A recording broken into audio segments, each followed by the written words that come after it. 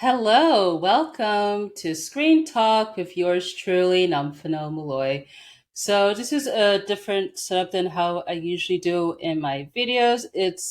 I set up this way because it is a hot summer day where I'm at, so that's why I have the fan right here, in case if you are wondering.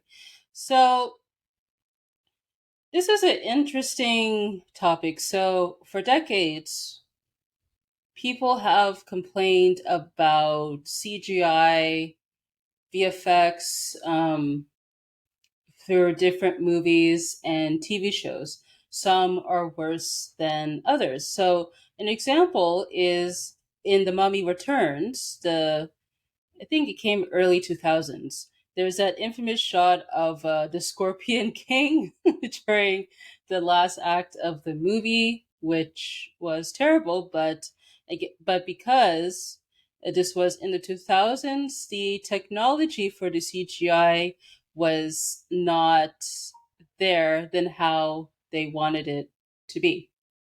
So this will be an interesting topic that I'll be talking about today. So, as time went on, technology has improved to make better effects, but yet there's still issues with the VFX. So, most notably, the Flash movie came out in theaters last weekend, and it did not do well at the box office. And one of the main complaints with that movie is the VFX.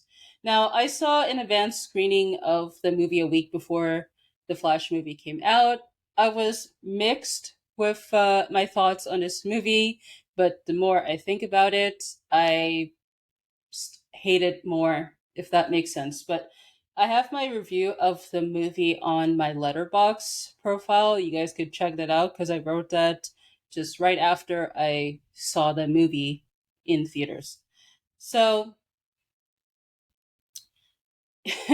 so with this movie, the director Andy Muschietti, he stated that after the complaints people mentioned with the VFX in that movie, his comment on it is interesting. So, in an interview, he pretty much said that, oh, the VFX is supposed to look like this, which is weird. So let's take a look. I'll just scroll. So there's spoilers in the article. So if you have not seen a movie, you could just turn away from this point. So Barbara Michietti, who's the producer, she mentioned that for the scene when the Flash is trying to rescue the babies falling from the building, she says, "No, we used all real babies," she joked. And then Andy, he said, "The idea, of course, we are in the perspective of the Flash. Everything is distorted in terms of lights and textures. We enter this water world, which is basically being in Barry's POV.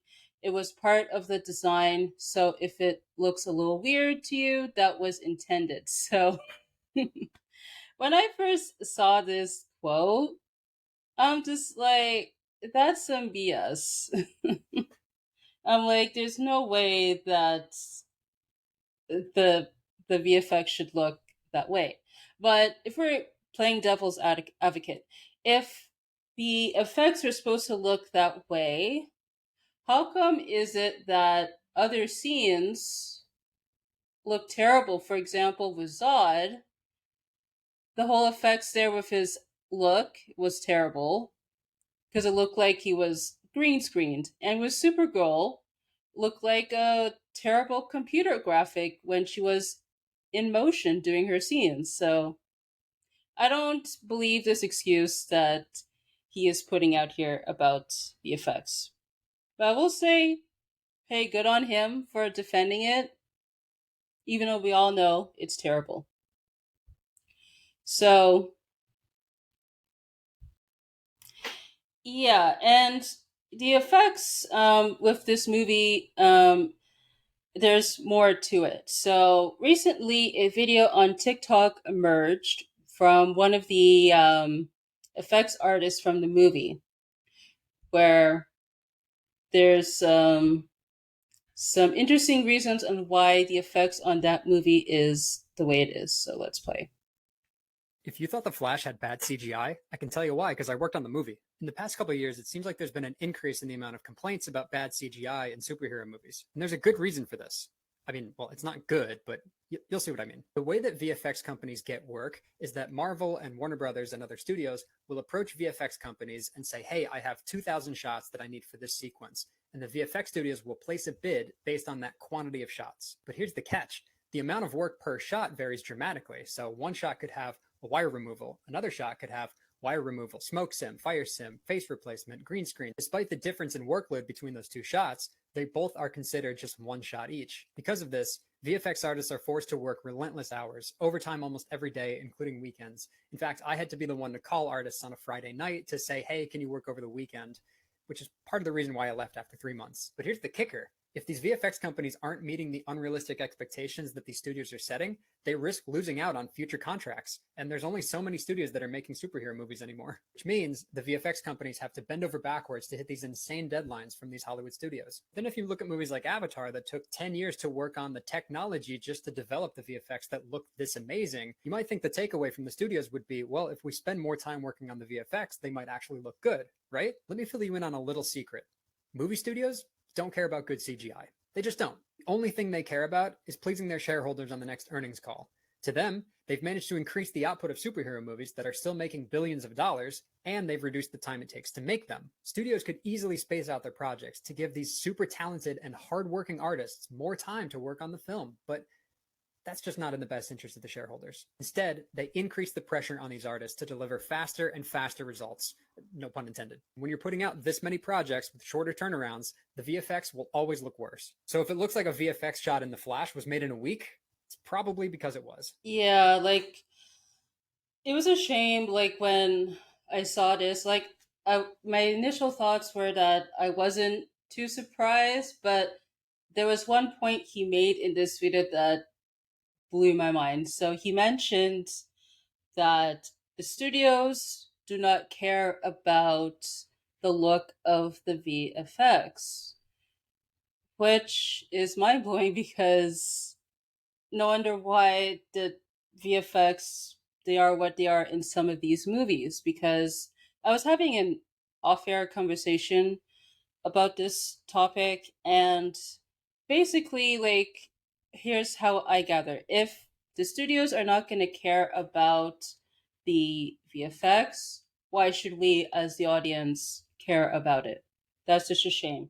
And yeah, with all like the other issues that's mentioned in the video, it's not surprising to hear because most notably last year there was articles that came out about the crunch culture that's happening with Marvel with those films with the VFX. So clearly, it seems that there are similar issues happening at different studios.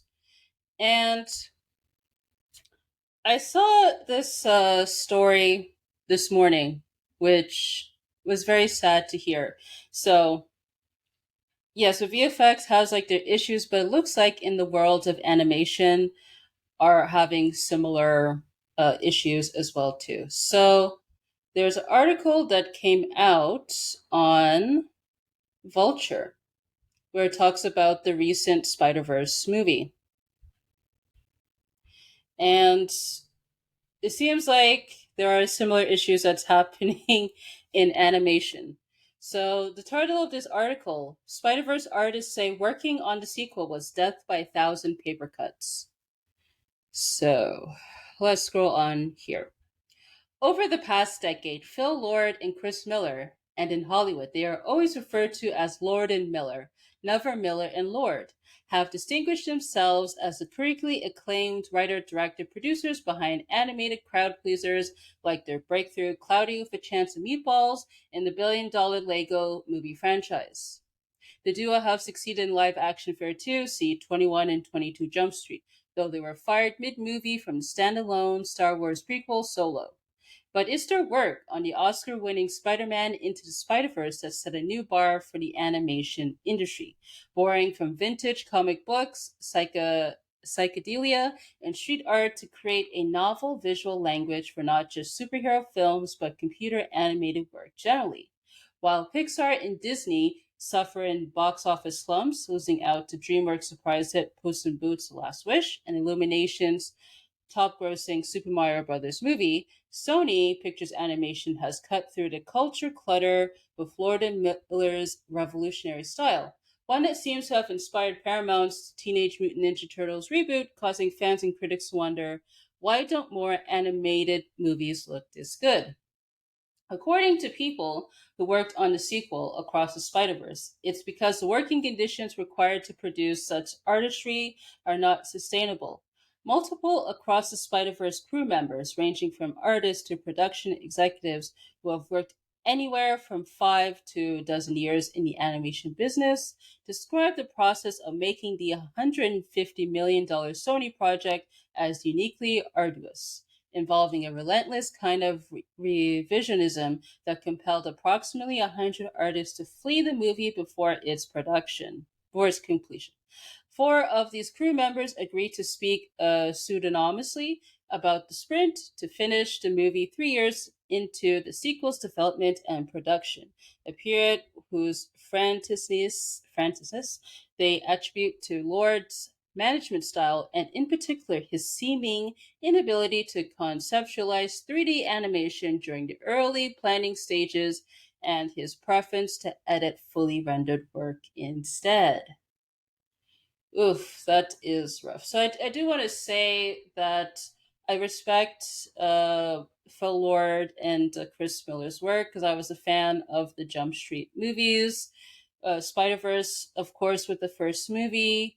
And when I saw this article, I was just disappointed, like overall, with this because if what the claims of what the artists in this article say are true, then that's very disheartening to read.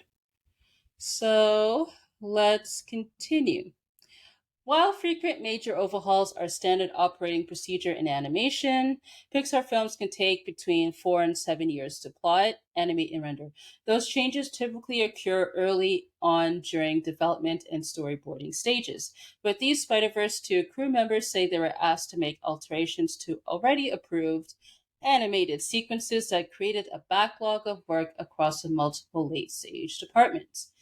Across the Spider-Verse was meant to debut in theaters April 2022 before it was postponed to October of the same year, and then finally came out in June 2023, owing to what EW reported as pandemic-related delays.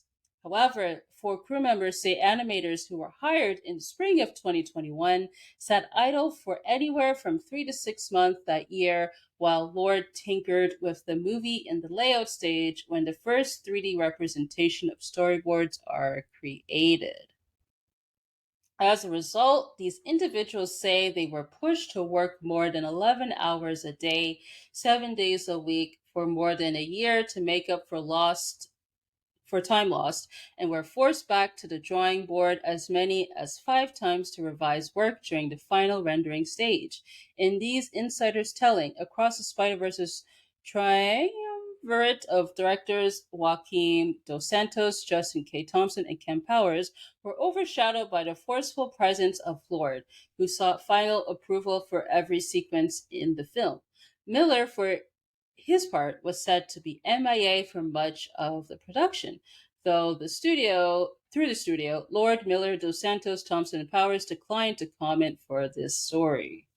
Sony executives dispute these claims about Lord's management style, including his alleged insistence on approving every sequence in the film, describing feature animation as a generally iterative process.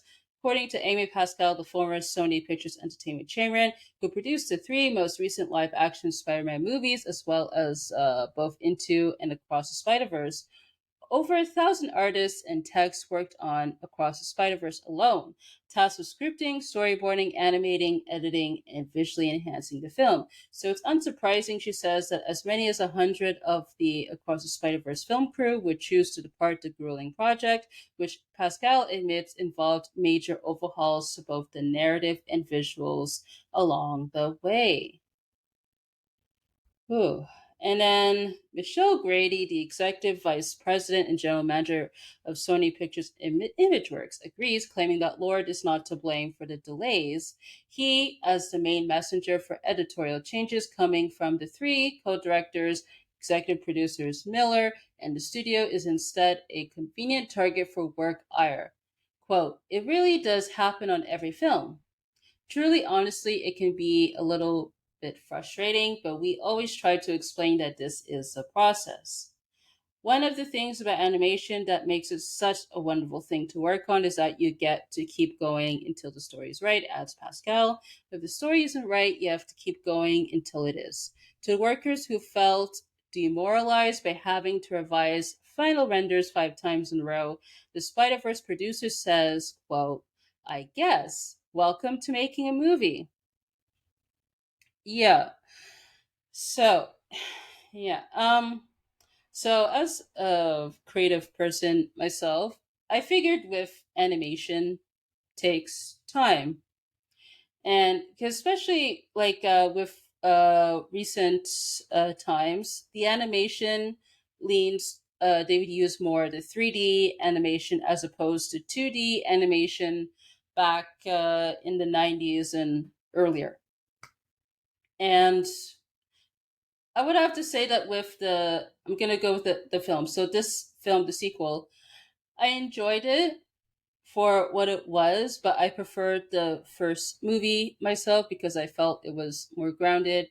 Here, clearly, they're trying to take more risk, if not just the animation style and the storytelling. So I felt it was hit and miss with the animation because when I first saw it in the theaters, there seemed to be technical issues with the sound mix because I thought at first it was the theater that I went to, but oh, it turns out that some people when they saw it in theaters had that same issue, so it was probably the film itself. So, and there was a scene involving Gwen Stacy where they had different shades of colors for the animation, which I felt did not make sense. I mean, it was cool, but it did not make sense for me. So, yeah, like it's just terrible. Like, this happened behind the scenes, essentially. And the fact that Pascal says, oh, like if you felt like this, oh, that's how it is making a movie. That is, I just rolled my eyes when I saw that quote. So clearly, like with this movie and with the Flash movie, it really shows that there are issues within the industry in regards to VFX and animation. Because it feels like with the issues that has happened with the video game industry in terms of producing like terrible content quality with the games, the time crunch culture, and so forth, that has emulated to the film industry. So, yeah, like for what I gather, I do recommend you guys check out the Vulture article. So, essentially, the main takeaways for both of these situations is that there's a time crunch issue where the studios will give you a specific deadline, but with the animation, it needs more time than what the studio allows with the time. So, there is that issue. I would say like a solution is give the animators more time to work on the product. And then going back to the video from TikTok with the Flash animator, they mentioned that studios don't care about the quality with the CGI, which probably. explains some of the issues happening with those movies. So again, I want to point, if the studios are not going to care about CGI, why should we care and invest our time and money with those products? So really, like, they need to start caring about the quality. Otherwise, it's going to tune a lot of audience members out. And also, too, in this article mentions that apparently with Phil Lord, he would make changes last minute, and that is disheartening, especially when you're working on a production that involves a lot of effects. Because it's good though to have a plan. I mean, sure, yeah, you could change it a bit, like if you want to enhance the storytelling, like, which is fine. But if you change it drastically to for whatever reason, then that's not cool. Just as long as you have a clear goal from beginning to end, hopefully that will make the production run smoothly. And also, too, in this article mentioned that with Sony Pictures Animation, which they are set up in Canada, I believe in Vancouver. I'm gonna try to find it in this article that apparently they are non-unionized, which I was kind of surprised to hear because you figured a lot of these studios is unionized. But yeah, and I see like people online, they point out that why not just make VFX have their own union. I mean, I think that is a solution, but I don't know if it's the solution to fix all of these issues.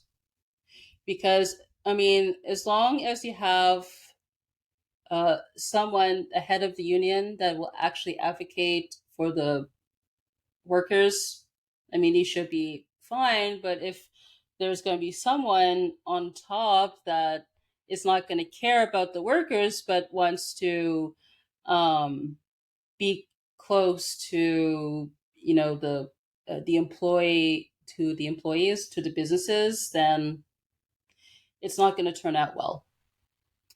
So yeah, so here's a section in the article where it says, yeah, that Sony Pictures Imageworks, they are based in Vancouver, Canada. And so